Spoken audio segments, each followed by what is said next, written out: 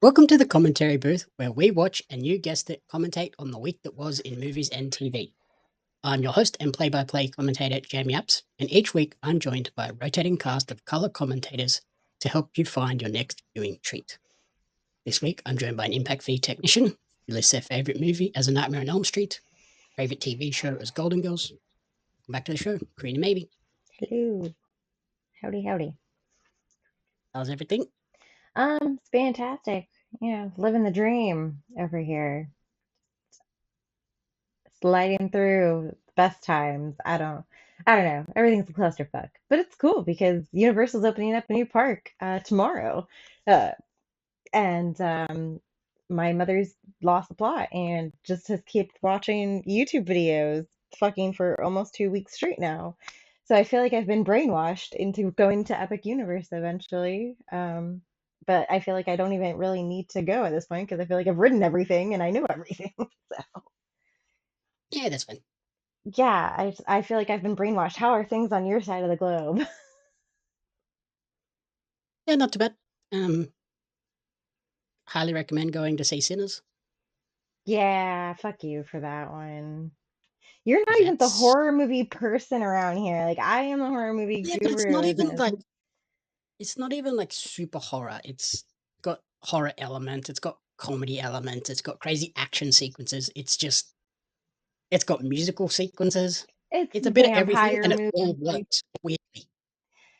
It's a vampire movie. It falls into the category of spooky. Barely. Okay, okay. I'll let you have it. Whatever. But outside of movies that are doing incredibly well, we're now gonna check out TV shows that are also doing incredibly well. This week we return to the world of The Last of Us as we continue our weekly episodic breakdown reviews of the adaptation of Naughty Dog's iconic video game by HBO. Today, episode 2, titled Through the Valley. The synopsis for this one reads: As a storm brews in the mountains, the people of Jackson Hole prepare for the worst. Amid increased sightings of infected in the surrounding area. Meanwhile, Abby weighs her options as she continues on her quest to find Joel. First and foremost, what did you think of this episode without sort of spoiling anything? I have a love-hate relationship with this episode, and it is rightfully so. Yes, I think that's most that's people have that. that same reaction. My mother has deemed that she will no longer be watching this show, probably. Um, she said she is done. So yeah, Yeah, I guess that is the big risk of going down this path that the game and now the show takes. It's either you are fully heavily committed to getting a resolution to what has happened in this episode, yes. or you're like, well, fuck that, I don't want to watch this anymore. Yes, that is my mom's whole consensus on that. I was at work and I got a text in the middle of the afternoon after she watched it and she was just like, I don't think I want to eat mushrooms anymore because this show, all of the infected look like they have mushrooms growing out of their heads. Mhm. And fuck this show, I'm done with it. And I go, okay, well, I see how this is going to go. So I'm gonna convince I'm her. I'm trying determined. to go back and find your reaction to the moment. So I get a series of 6 messages within 2 minutes, All in caps for the most part, I think. all caps. What the actual fuck? Seriously, what in the actual fuck? How? Why? You can't have any more story. Every And that was kind of my reaction when I saw that moment in the game. And to know it was coming in this episode was pretty rough. I'm so glad that you kept that from me. You're such a lovely, lovely human. I believe I make it. I even said make it. Nothing makes sense anymore to me. Like everything just doesn't make sense. Hmm. Yep. Yeah, I was not very happy. But whatever. Fuck you. So as we look at the episode in detail now, it opens with an Abby dreamlike flashback to the hospital in Salt Lake City. We see her sort of walking down the corridors. The lights are off, but there's the red lights and the sirens blaring. She's kind of talking to her current self, talking to the past self about don't go in that room. You don't want to see what's in that room, basically. Clear sign of like some psychosis and PTSD. Yeah. Yeah, so we sort of hear 19-year-old Abby. Did you hear as she goes into the room? I only heard this on the second viewing with headphones in. As she walks into the room after talking to herself, being like, don't go in there, you don't want to see that. She goes into the room and we just get a close-up of 24-year-old Abby as the tear comes down her face. Mm-hmm. In the background, you hear 19-year-old Abby just screaming. Oh, I might actually have to rewatch this now with like earbuds in or something because like obviously like I just watched on my TV so and it was like late at night so I didn't want to wake the fucking house but Yeah. Yeah, it's like definitely one where watch it if you watch it with like a really good sound system or like I did with headphones the second time, I was like, oh wow, I didn't pick that up on the Huh, first watch, but that's very interesting. powerful stuff. And as soon as this scene played, I was like, uh-oh, we're getting the moment today. Oh, I knew immediately we were getting the big moment. I want to know since you watch all of your fucking shows with subtitles because you're a fucking psychopath um um did it pick up the screaming on the subs? I don't know, I don't watch this one with subtitles. What? No, wait, I just turned why? this one up as fuck. Oh, why is that? Like everything else that you watch has to have subtitles and it drives me absolutely fucking bananas. Because I know this one. I don't need to like hear the names and stuff. I already know all the people. You hurt my brain. I wonder if it did pick it up on the subtitles now, though. Like, I feel like I should go investigate Maybe. that later. Maybe.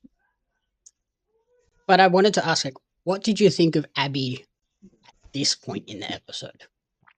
I feel remorse for her. Like, obviously, she's going through a lot of shit, and I don't think she properly knows how to handle it because clearly you see her just kind of deteriorating. Like, you don't like physically see her deteriorating, but her mental stability is not good. And I feel like it's just because she doesn't know how to cope because obviously, like, what she sees in the hospital room is extremely violent and yeah, like no one wants to see that. But yeah, I think it just mentally fucked with her. So yeah. Yeah, and I think like that's why they showed this particular scene so early in this episode, so that because we already know her motivations from. Oh no, episode 1 we kind of know that she wants to kill Joel. We don't know why.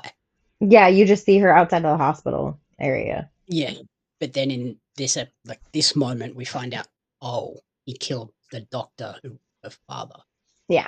So you get that moment, and in the game that doesn't happen for a very long time. We don't know that until much later. This scene is probably 15, 20 hours into the game. Oh, so they like So really you, like sped through that. Or like they've fast chopped and forwarded. changed a lot of stuff here. Like the dance we saw in the last episode at the end, Mm-hmm. we don't see that until right at the end of the game as well. Huh. But we get in this episode, we get the apology from Seth. Mm-hmm. That happens early in the game. That happens in like the first 10 minutes. Huh. But the dance moment where we get the reason for the apology doesn't happen until much later. Interesting. I'm guessing that they're So trying to get it to come across better, maybe, like because I feel like if you had to flashback so much like throughout later episodes, it would either like lose it, like completely like fall yeah, off. So I guess it makes sense it's to definitely like hear that. it's definitely Craig Mazin's influence of being like that works in a game where you Not are in invested in these characters. You get a lot of these reveals through gameplay, like you find stuff, you talk to people. sure. You can't really do that in TV. You have to kind of really give it to people because, like, Yeah. here's what you need to know. This is why this happens. Like, people will be like, why is he apologizing her? And why is she being such a dickhead when he's Yeah. apologizing? Well, you're Which is the also reaction you have in the game. You're like, she's being kind of a dick to this guy apologizing. yeah, well, and also this game, what has collectively like what 50 hours of playtime, maybe more. Like I'm not really versed in like how much actual It's game like time there 30, is. 40 hours. It's a long game. So you're trying to shove like that much of a game into theoretically 8 to 16 episodes, depend, because I know this season split up into two. They've said that before. So you're having to shove like 30 hours worth of gameplay into such a small increment that It's you're gonna half the have to, yeah, you're gonna have to like fast forward it and find alternative ways of still getting the storyline across, but not completely going the long dragged out route, because you can't explore things like as a character in a TV show. You cannot just like go off route and just be like, ooh, side quest here. Yeah, and like we said last week, they can't do, oh, here's Ellie's story. Really hate Abby. Really, Yeah. really hate her for this season. And then next season, we're going to do Abby's story, and you're going to be like, oh, wow, she's actually kind of justified Yeah. in a messed up way for Yeah, her you have to actions, and balance. people just, it's chopped and changed. I think it's working quite well so far. Um, I did love to when Abby wakes up from that dream sequence. Did you notice what was in the background? No. The golf bag. Oh, that makes a lot of Immediately, sense. golf bag in the background. I was like, yep. No, that makes a lot I of sense. already knew we were getting the moment, but that confirmed it Yeah, just to extra cement it. Like, it's about to happen. I'm kind of glad that I didn't decide to like after last week to just start playing the Spoil game, because I it. feel like I would have been so mad, and then I probably would have been like, I'm not watching any more of this. You can fucking host these episodes yourself. Like, bye, bish. Yeah, it's that's why I didn't want you to watch it, and why I was like very coy about like revealing what the moment was. Yes. I was like, I really got to not spoil this because it's a moment that needs. Like, I had it spoiled in the game just because it was everywhere and people ruined it online when the game came out. Yeah. But to have people experiencing it now that have no idea what's coming Yeah. was a pretty crazy moment to see online as well. Yeah, and like I even paused it for like like I had to take my dog out, so I paused it, and when I came back, you were like still messaging me, and I was like, uh-huh, and you were like, oh no, and I was like, I'm just up to this part, and you were like, I'm gonna shut up now. I was like, oh, Yep, phew, you shut up. yep. I did laugh too when we get the Seth apology and Ellie calls out that oh yeah, people get drunk and say awful shit that they've never even thought before. Like, such a true line of like, if someone's saying that drunk, they're thinking that all the time. Yeah, it's just that they have the balls to say it at that point. They just give zero fucks. And that's like a moment pulled directly from the game. Jesse screwing with Ellie about the kiss with Dina Mm-hmm. as well is pulled straight from the game. That's like, I think, the start of the game as well. Like, we get that from the very first thing, and that's how we're introduced to Dina. We don't actually know Dina up until that point. We're just like, who is this person? Why is she kissing a girl? Why is this guy like really pissed off at her? You're like, oh, these guys aren't going to be friends, but they actually are. Yeah, like what is happening? During their talk too, they talk about like, oh, they have the dogs and stuff, and it's like foreshadows the danger of dogs with stealth as well, which is pretty cool. Yeah. Um, one of the other biggest changes they've made to the storyline for the TV show as well is the two pairs of people that go out on patrol. Mm-hmm. The composition of those groups totally different to the game. Oh.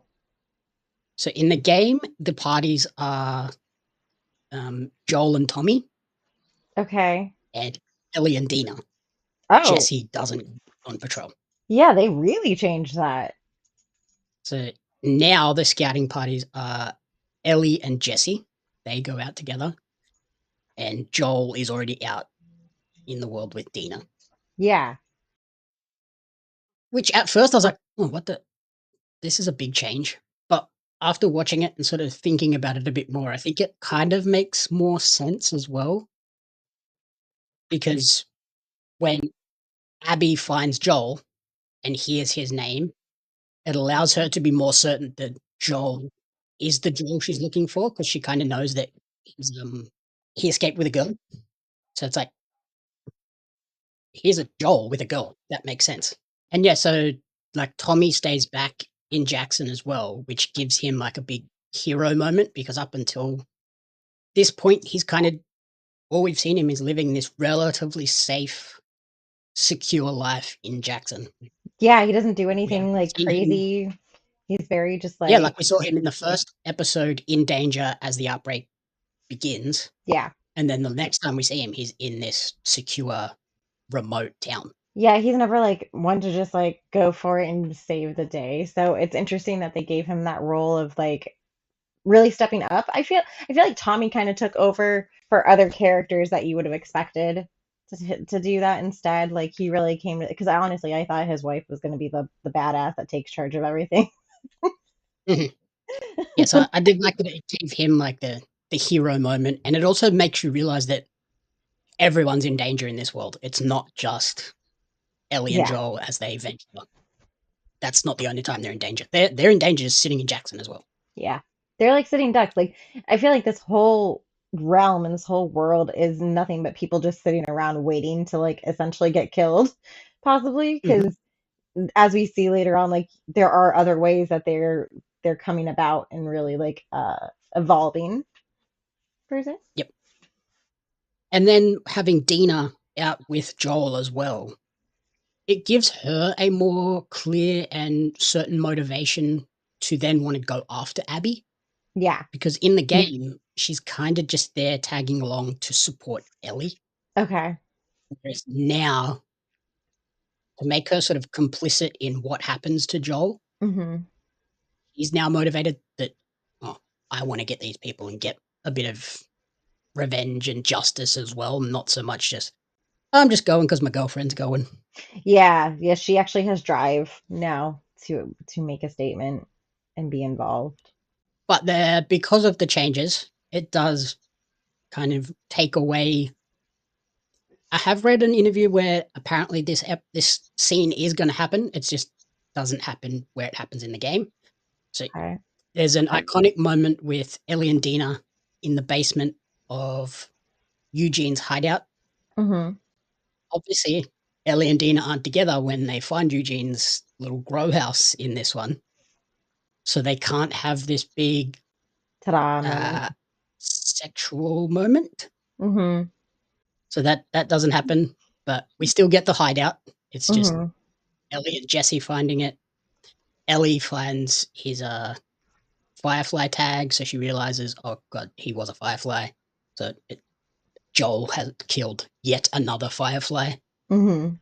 and she also finds the gas mask bomb, which is The a funny funniest moment in the game. fucking thing I ever saw, like her coming out with that. I'm like, Jesus Christ. I'm like, I feel like she was like a kid I went to high school with probably who like was making that shit in like their garage or something.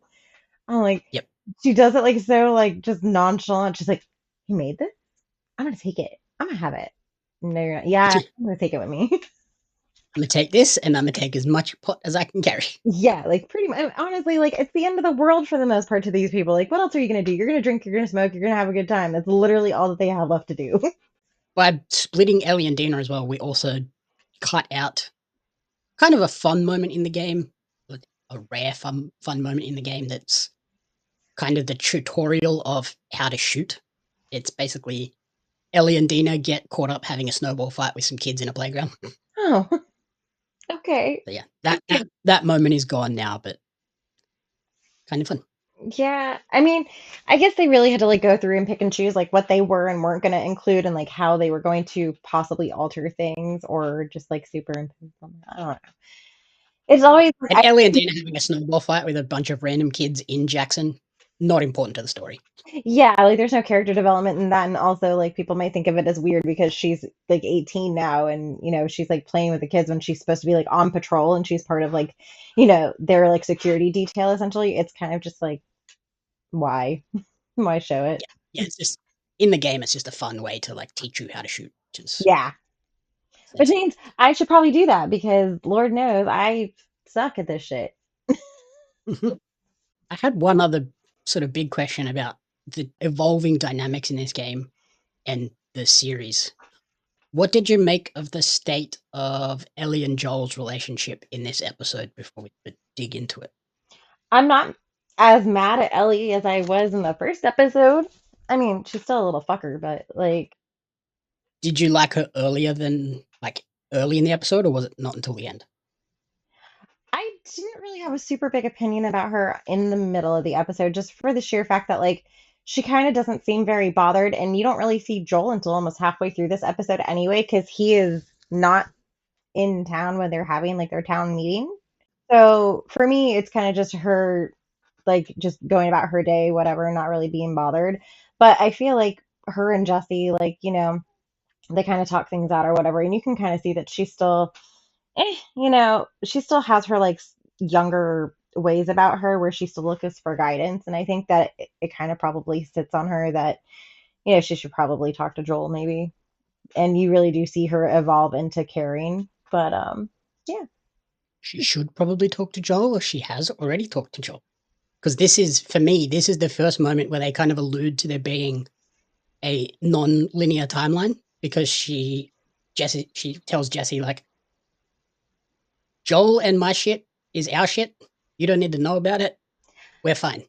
Yeah, So but I imagine, like, at the end of last episode, we see her come home and walk past him on the porch. yeah. And he has a guitar Mm-hmm. because he's restringing it. Yeah. When she gets woken up, the The guitar is guitar's back in there. her room. That's true. So they So could have had a I talk, suspect they've already spoken, had a chat, and they've squashed it. They're fine. They're good. I guess. And we also Or see her being, like, much more concerned about Joel too. Like when she starts to hear on the radio that, oh, they haven't heard from Joel. Joel's out in the wilderness with Dina, yeah. and she's like, what? And yeah, when she hears on the radio, I haven't heard from Joel, she just immediately into action. I've got to go rescue him. Yeah, I just thought that was like her finally like accepting that like holy shit, like this something might happen to him, and like I actually do care about him even though he's an asshole in my eyes right now because I'm a young teenage stupid head. Um but yeah, no, Yeah, they I've could have got had a that. moment for you. Like I think they have spoken because that is a key moment in the game where we find out that they have spoken before they Oh, go on this venture. patrol. Yeah. So I think that's going to be a very emotional scene when we get it in the series. I don't know how much more of these things I can take. Now we know Joel is dead. So when we do get the revelation that they spoke before and squashed it and are back to being kind of close again, it's going to be like, oh man, they finally squashed their shit. And then he does. That's pretty gross. I don't know. I'm not ready for this. Get ready for it. It just gets rougher and rougher. I'm gonna check out now. You can go find a new counterpart for these episodes. I'm calling it quits. Oh, you're locked in now. Fuck. Are you a trading card collector or a fan of Australian pro wrestling? If so, you're not going to want to miss out on the limited edition Australian wrestling cards. Each set includes 50 packs of 10 cards, including some of the country's top wrestling talents like Robbie Eagles, Shane Haste, Madison Eagles, Hartley Jackson, and they have Shaza McKenzie listed, although she is not a favorite. The velocities, and a lot more. There's wrestlers, referees, announcers, commentators that are featured, giving you a full appreciation of the Australian independent scene. The cards sold out a lot faster because cards are hot right now, as I'm sure Jeremy Lambert will tell you. But you can order your Australian wrestling cards now at Pario Magazine. That's PARIO magazine.com.au/AUS WRES cards. Follow Australian Wrestling Cards on social media at AusResCards for updates. Join the hundreds of fans who have already discovered the excitement of Australian wrestling cards. In terms of some other evolutions, the infected are now sort of becoming smarter as well. They're using their own dead as insulation from the snow. So once the infected die, they're just burying themselves underneath it. Yep, We that's find fun. out that there's multiple hordes living under the snow, just waiting for the climate to warm back up so they can spring back to life. And we get a very big action sequence, which is brand new, not part of the game. This is Wait for purely TV. for the show. They have said that it was, to create that sense of even Jackson is in danger. It's not Yeah, just once you venture inside those walls, you're in danger. You're still in danger inside these walls as well. We see that yeah. two separate hordes, they ultimately converge on Jackson, That was nuts. which is pretty crazy. Yeah, that was a lot of infected people. When I was watching it too, I was like, when I saw the ground moving, I'm like, oh, it's like the ground is gonna just give way and like you're gonna just see like everything just like pop out of it. Like, and that's essentially what happened, kind of.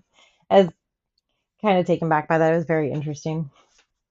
hmm And yeah, like they kind of all converge once because they're chasing Abby after she slides down the cliff, ends up in clearly a infected burial site. Yep. She's like, oh, shit, there's a lot of them here.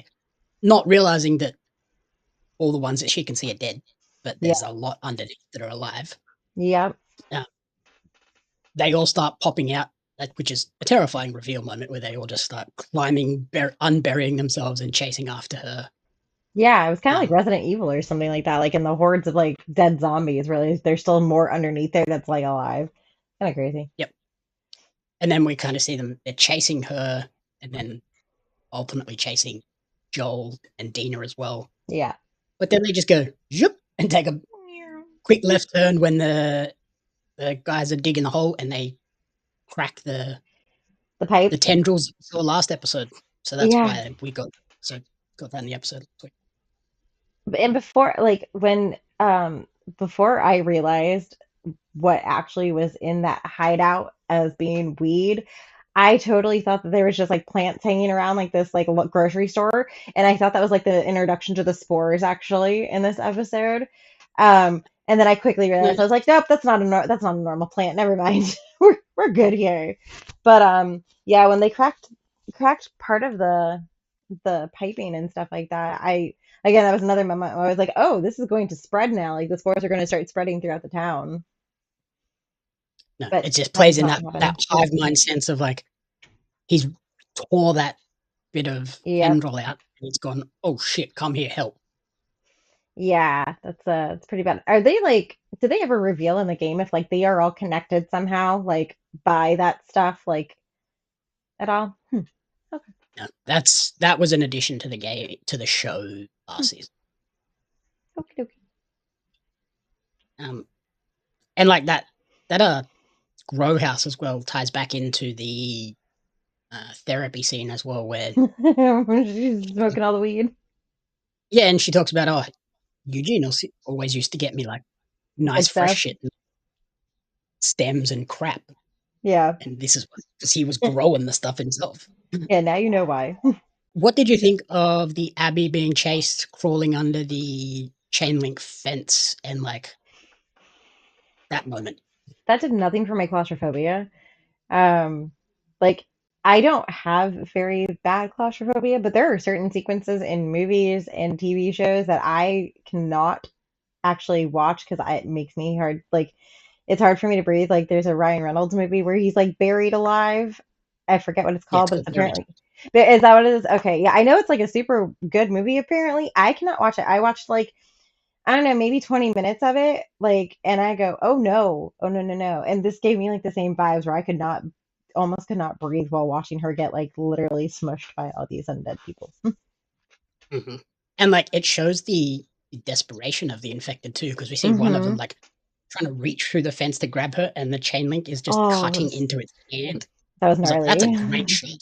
It was really cool. It was just super gnarly, but yeah, yeah, it's crazy.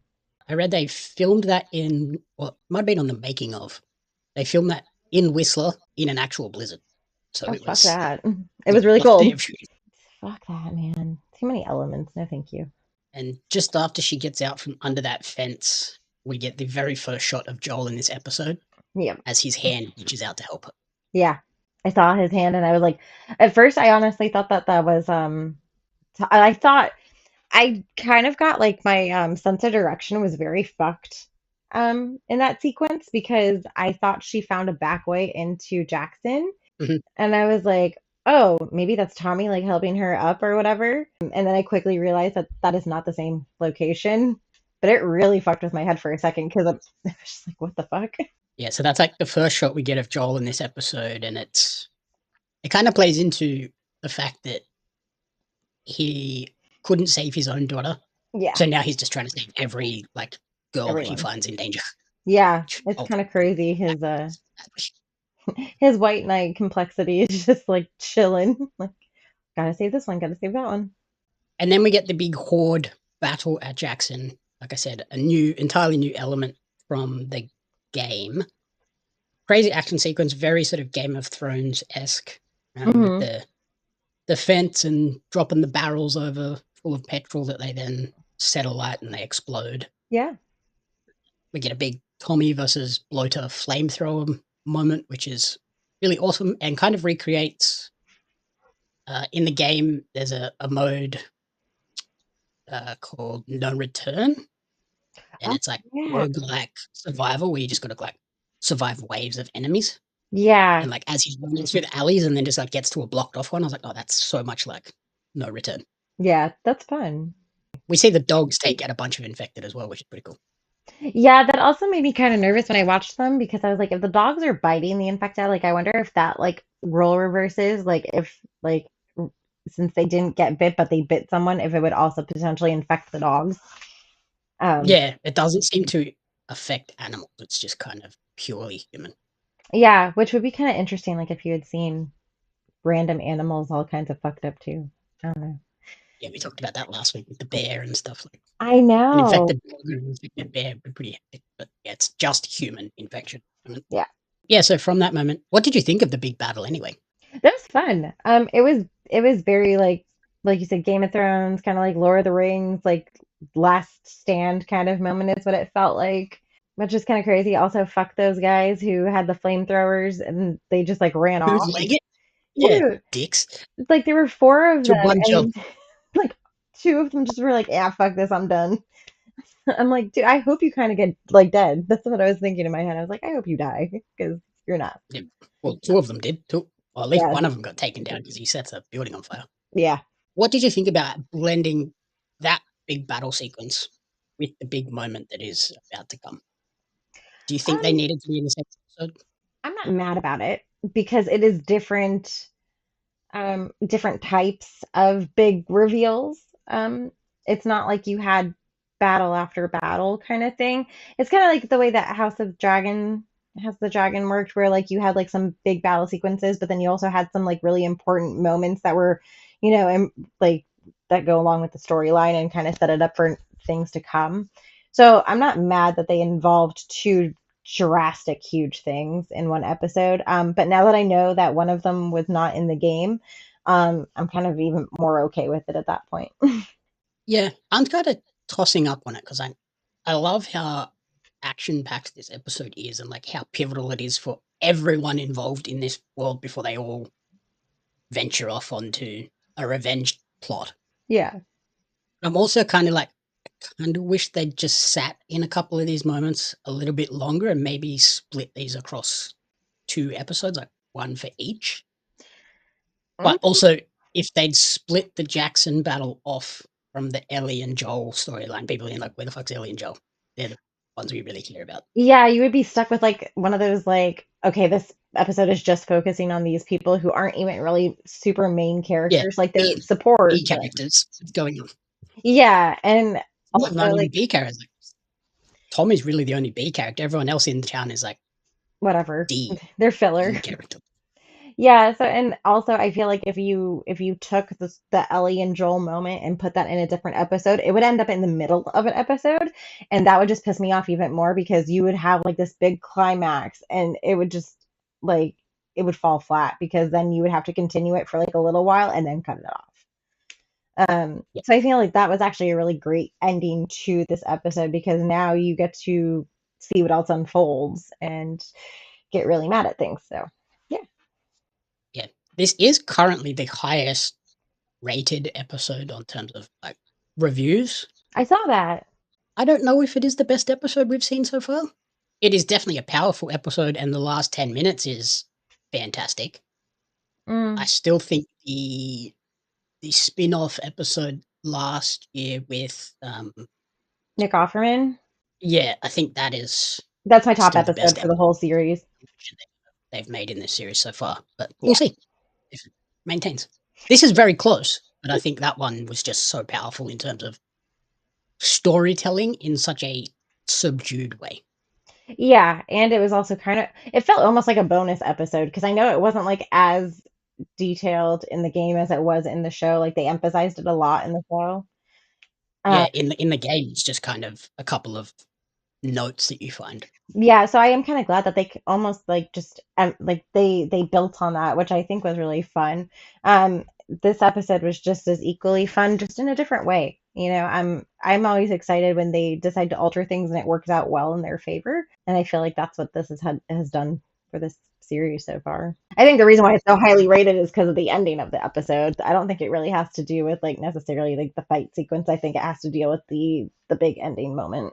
Yeah, like the battle was awesome, but it's kind of superfluous to that last 15 minutes of the episode. Yeah. So as we go back to the ski lodge, we talked about how you reacted of just total shock and disbelief. Yeah. We go there, we see Abby's group, they anesthetize Dina for an hour because they have a actual doctor in as part of the group. Yeah. They reveal that all the fireflies are gone. Joel killed 18 soldiers and one unarmed doctor. Technically, he had a scalpel in his hand. He was armed. He's not unarmed, but I can she see believes armed. that. So that's why she's so hell-bent. Apart from that, yeah, everything kind of plays out as it is, apart from her sort of revealing a lot more of why she's doing this to Joel in the game. She doesn't really tell him. She just says, fuck you, basically, and beats the ever-living Christ out of him. Big change in the series. Yeah. Instead of in the game, she smashes his head in with a golf club while Ellie watches. Yikes. In this one, she shoots him in the knee in the game. It's the other knee. It's his right leg, not his left leg. Of course you Minor remember difference. that.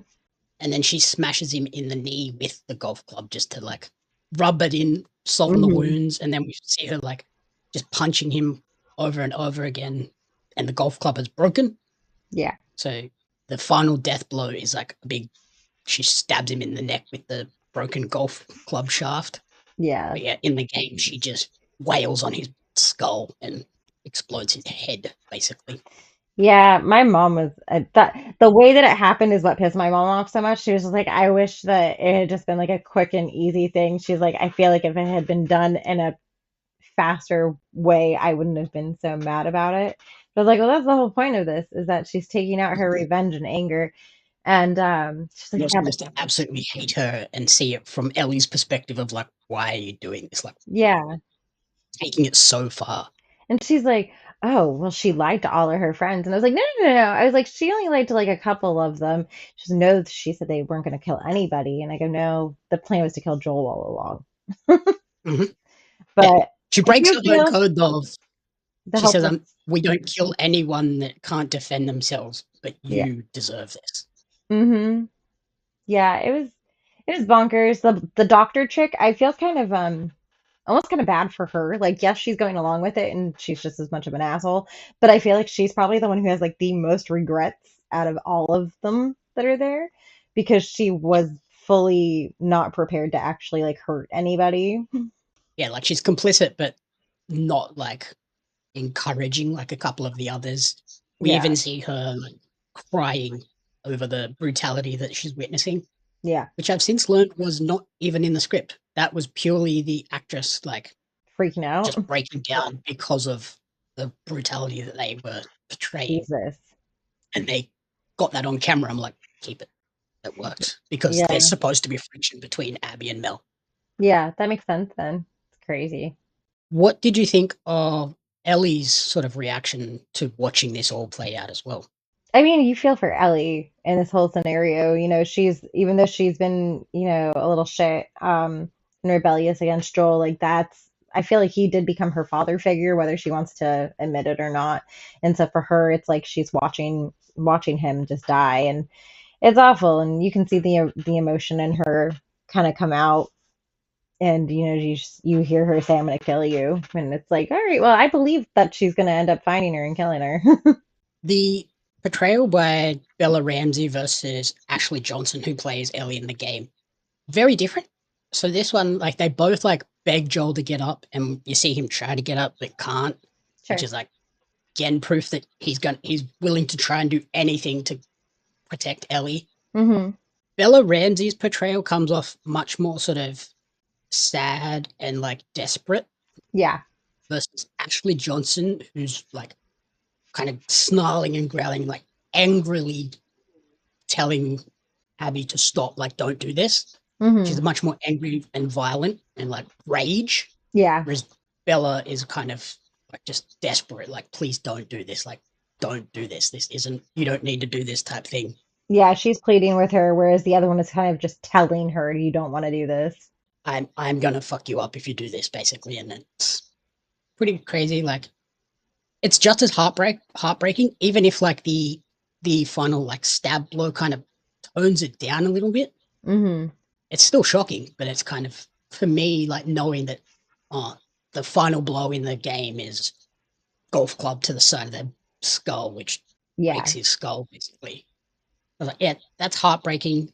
But they add the element of after Ellie gets booted heavily in the ribs, which from the next coming on the next episode clip we see like she has a chest strain in, so like he fractured her ribs, collapsed her lung, like she's Yeah. just as fucked up. She's fucked up.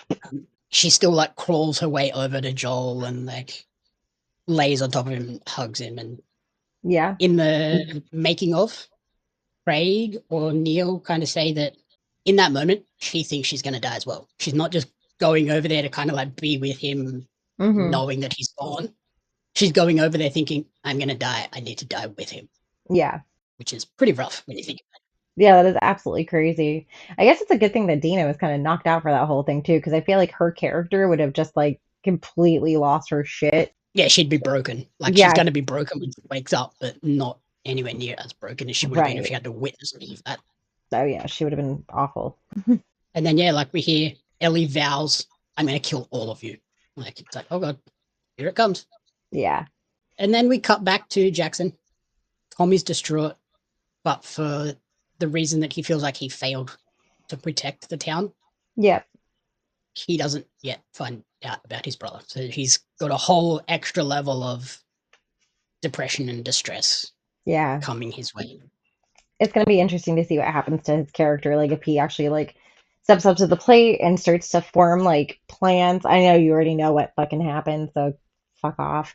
But it'll be interesting for me to see if he like groups together and like becomes the leader that like Joel kind of was for Jackson, or if he kind of just like loses his shit and just completely like, becomes like a hermit almost and just doesn't know what to do with himself anymore. Mhm. We will see. We also get that crane shot of Ellie and Joel like laying there, basically Yeah, looking like they're both dead together. dying. Powerful scene. Yep. But then the final shot is we see Ellie, Jesse, and Dina on the horses. And Joel getting dragged. Ellie's like clearly broken, like looking back at Joel's body as he gets dragged behind them. Yeah, it was Dina rough. is clearly still like feeling the effects of the anesthesia, like she's just like, whatever. Yeah, like I'm on a horse. And then it just kind of zooms out and it's them just going back to the town through the snow. Yeah. The music that's playing, Mm-hmm. wow. That is Ashley Johnson, the actress from the game, Mm-hmm. singing that song, which is from the very first Last of Us Part 2 trailer ever. Oh, that's fun. It was very cool to have that come back Yeah. and that song being so powerful and like kind of the whole core of this story of I walk through the valley of death and I'm rage filled basically. So Yeah. That's her back interesting. to sing that. So such a great song and she's actually really good. Yeah. I love that. I like how like they had the original Joel involved in the first season and now they have the original Ellie involved in the second season. Like it's like Well, she was involved in the first season too. yeah, but like I feel like she's more involved or She she's played been more Ellie's mom involved in the now. first season. Yeah, but like I feel like she's been more involved in this and like the back like you don't have to necessarily see her, but I feel like her presence is more known in the season. I think it's just because Oh of yeah, that no. haunting song, but Yeah. And then it fades to black and the credits come up and they are silent for the entirety of the credits. yeah, yeah. Let you sit in the depression. I was so annoyed with that because usually with like Max, it's like they'll show you like the brief, like main The first like two sequence. lines. Yeah, and then they'll cut to like next week's episode or like sneak peek, and then this one is just like, oh no, you've got to continue. I thought for a second there wasn't going to be a sneak peek, and it was just going to go into like the behind the scenes of that episode. I was like getting ready to shut it off, and I go, oh wait a second. So ultimately, what did you think of The Last of Us Season 2, Episode 2, Through the Valley? It was intense. Probably like a solid like 4.5 for me. It's not like a solid 5, but it's definitely like a rate up there, probably with like one of the better episodes out of the whole series so far. I just feel like I'm annoyed, so like it was just very That's the gruesome. result they wanted. Yeah, it was a very, very violent ending, and I was not expecting that. Like I knew that Abby was had a reputation of being a really bad character in this show or in this game. I just did not realize how violent she got. This is why so many people hated her initially. Yeah. Yeah, so for me, I gave this a 4 out of 5. Really heavy episode that does make some major changes to the game, but like keeps the core part that is just so heartbreaking. And this is really the ignition point for the rest of the revenge tale that is about to begin rolling down the hill. Like I said, I'm still unsure of whether we needed the big horde battle, whether it could have been moved somewhere else, but Hmm. I think it made for an action pack. Like there's no moment to breathe in this episode Yeah, it is just until the constant. very end when you finally get a moment of chill. Like let's chill out, but it's Yeah. to set the pull on the heartstrings, make you feel just heartbroken. And Yep. great episode of TV that captures the feeling that you have when you play the game and hit that moment. It's just like, what the? It's a shock moment. It's not like Yeah. your heart. At first, you're like, what the fuck just happened? Like, he can't really be dead. He's not really dead, which is something you said. Like, he's not really dead. I'm like, It's like, yeah, he's not really he's, there, right? he's Like, dead, dead. gotcha. So, yeah, Well, and I feel like the thing that like really like probably nailed that confirmation for me was like watching the very last like sequence where his body's getting dragged behind the horse. I'm like, okay, I guess he is dead, dead. Because in my head, I'm like, oh, maybe he's like just horribly fucked, and like they're gonna bring him back to Jackson, and it's gonna be okay. They're gonna hook him up to like it's going some to be random paralyzed or ventilator. something. But Yeah, nope. they're gonna fix him. Which I think is probably why they did the dragging behind Hmm. the horse instead of like just laying him on the back of the horse with Dina. Yeah, Because if they'd done that, you'd been like, oh, maybe he's alive. But right. this, like, dragging his body out like that, wrapped in the bed sheet, you're like, oh, he dead. Now, well, you're probably not going to tell me. Does he kind of like, are we going to get flashbacks of Joel still? Like, are there going to be moments, do you think, that are going to have Joel in them? Or are you just not going to tell me shit? Of course Can't you're say not going anything. to tell me shit. No spoilers. No spoilers. Hey, fucker.